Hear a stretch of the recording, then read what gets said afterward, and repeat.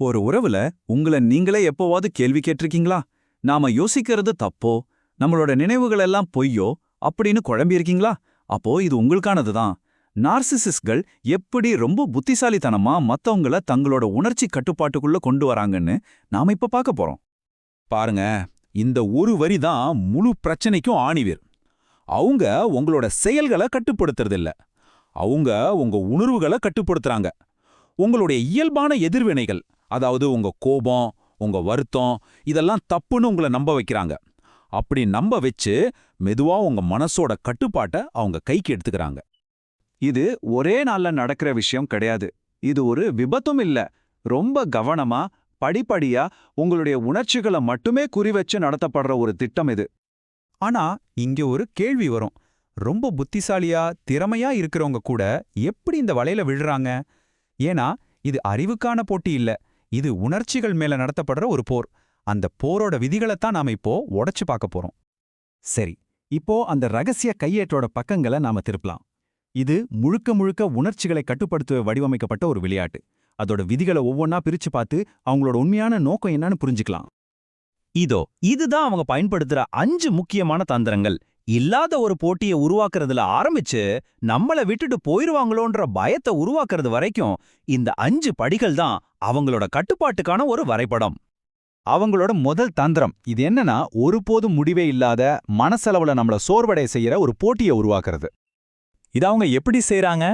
உங்களை எப்பவுமே மத்தவங்களோட ஒப்பிட்டு பேசுவாங்க. உங்களுக்கு முன்னாடியே இன்னொருத்தர புகழ்வாங்க. இதோட நோக்கம் உங்களை தகுதியற்றவரா உணர வைக்கிறது தான், உங்களுக்குள்ள ஒருவித பாதுகாப்பின்மைய உருவாக்குறது. ஆனா இங்க தான் ஒரு சூழ்ச்சியே இருக்கு. இதோட உண்மையான நோக்கம் உங்களை காயப்படுத்துறது இல்ல. அதுக்கு பதிலா அவங்களோட அங்கீகாரத்தை நீங்க பெறணும்னு, நீங்க இன்னும் கடினமா உழைக்கணும், இன்னும் சிறப்பா செயல்படணும்னு உங்களை தூண்டுறது தான். இப்போ 2வது தந்திரம். இது கணிக்கவே முடியாத அன்பு மூலமா உங்களை கட்டுப்படுத்துறது. இதுதான் அந்த உணர்ச்சிபூர்வமான ஏற்ற இறக்கம். ஒரு நிமிஷம் உங்களை கண்டுக்கவே மாட்டாங்க, ரொம்ப தூரமா இருப்பாங்க. ஆனா அடுத்த நிமிஷமே உலகத்திலே ரொம்ப அக்கறையானவங்க மாதிரி நடந்துக்குவாங்க. கணிக்கவே முடியாத இந்த நிலைமாற்றம் உங்களை சுத்தமா நிலைகுலைய வச்சிடும். இந்த கணிக்க முடியாத தன்மை இருக்கு இல்லையா, அது ஒரு விதமான போதைய உருவாக்குது. இது ஒரு சூதாட்டம் மாதிரி. அடுத்த நல்ல தருணம் எப்போ வரும்னு உங்க மூளை ஏங்க ஆரம்பிச்சிடும். கடைசியில உங்களுடைய எல்லா உணர்ச்சிகளுக்கும் ஆறுதலுக்கும் அவங்க ஒருத்தர் தான் ஆதாரம்னு நீங்க நம்ப ஆரம்பிச்சிடுவீங்க. 3வது தந்திரம், இத கேஸ்லைட்டிங்னு சொல்லுவாங்க. இங்க தான் அவங்க உங்க நினைவுகளையே மாட்டி எழுதி உங்க யதார்த்தத்தையே கேள்விக்குள்ளாக்குறாங்க. இதுதான் முதல் படி. அது அப்படி நடக்கவே இல்ல. இந்த வார்த்தைகளை அவ்வளோ உறுதியா சொல்லுவாங்க. நீங்க கண்ணால பார்த்த ஒரு விஷயத்த கூட ஒருவேளை நாம தான் தப்பா ஞாபகம் வச்சிருக்கோமோன்னு ஒரு சந்தேகம் உங்களுக்குள்ள வரும். அடுத்து உங்க நினைவாற்றலிருந்து உங்க உணர்வுகளுக்கு தாவுவாங்க. நீதான் ரொம்ப மிகைப்படுத்துற இப்படி சொல்றது மூலமா உங்களுடைய எதிர்வினைகள் நியாயமே இல்லாதது, தேவையற்றதுன்னு உங்களை நம்ப வைப்பாங்க. உங்க உணர்ச்சிகள் மேல உங்களுக்கே இருக்கிற நம்பிக்கைய இது உடைக்கும். கடைசியா மொத்த பிரச்சனைக்கும் நீங்க தான் மாத்திடுவாங்க. நீ எப்போதுமே இப்படித்தான் எல்லாத்தையும் தப்பாதான் ஞாபகம் வச்சுப்ப. இப்போ பாருங்க, இது ஒரு ஸ்பெசிபிக் பட்ட நிகழ்வை பத்தி மட்டும் இல்ல, உங்க நினைவாற்றலையே ஒரு பலவீனமா மாத்திட்டாங்க.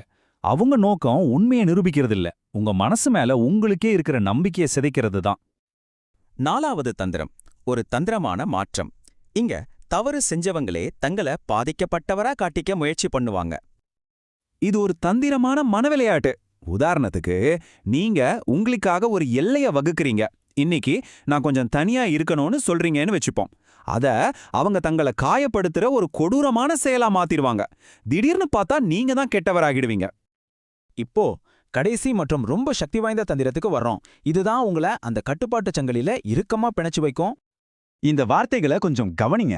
ஒருவேளை நான் உனக்கு சரிப்பட்டு வரமாட்டேனோ, இது நேரடியா நான் போறேன்னு சொல்லல. ஆனா அவங்க நம்மளை விட்டுட்டு போயிருவாங்களோன்ற ஒரு பீதியை உங்களுக்குள்ள உருவாக்குது. உங்க தப்பால தான் அவங்க போறாங்கன்ற குற்ற உணர்ச்சியும் இது தூண்டும். ஒருவேளை நான் இல்லாம நீ இன்னும் சந்தோஷமா இருப்ப. இந்த வாக்கியம் உங்களை உடனடியா அவங்கள சமாதானப்படுத்த வைக்கும். இல்லல்ல, நீங்க இல்லாம நான் இருக்க முடியாதுன்னு சொல்ல வைக்கும். அவங்களோட அன்பை திரும்ப பெற நீங்க என்ன வேணாலும் செய்ய தயாராயிடுவீங்க. இங்க உங்க பயம் அவங்களுக்கு கீழ்ப்படிதலா மாறுது.